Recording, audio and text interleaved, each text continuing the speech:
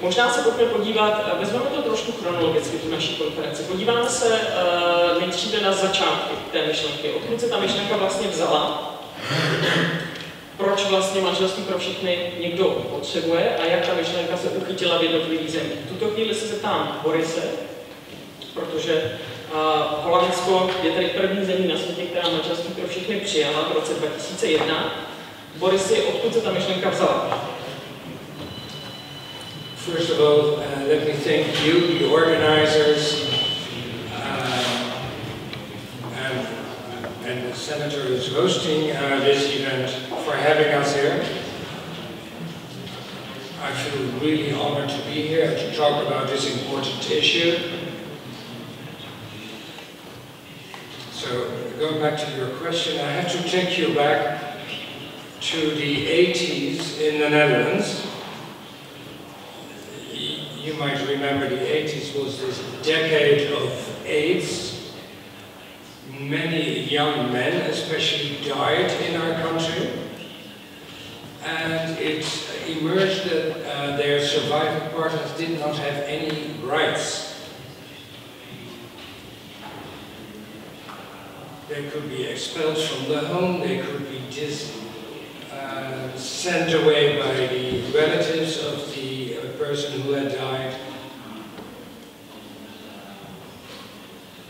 At the time I was a lawyer in Amsterdam and I defended a lot of clients who were the victim of being without any rights. So when I was elected,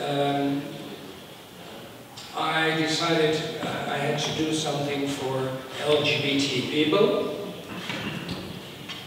In society there were already discussions about recognition of a same-sex relationship.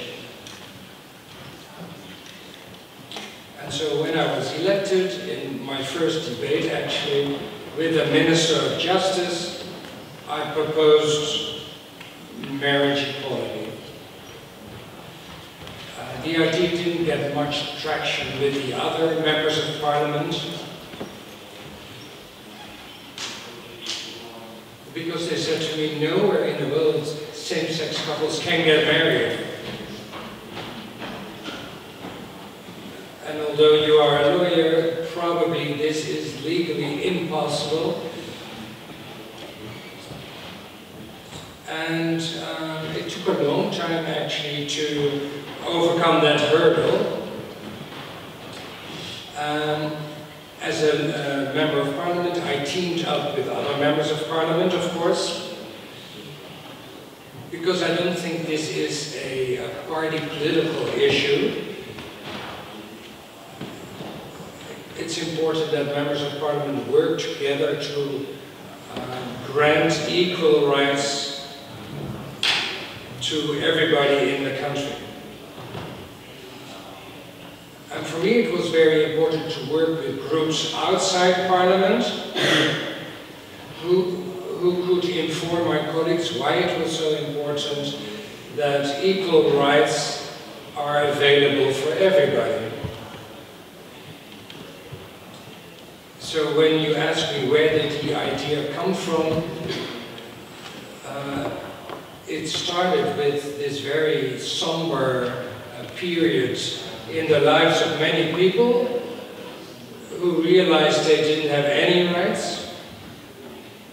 And that shook up and woke up society. We have to do something.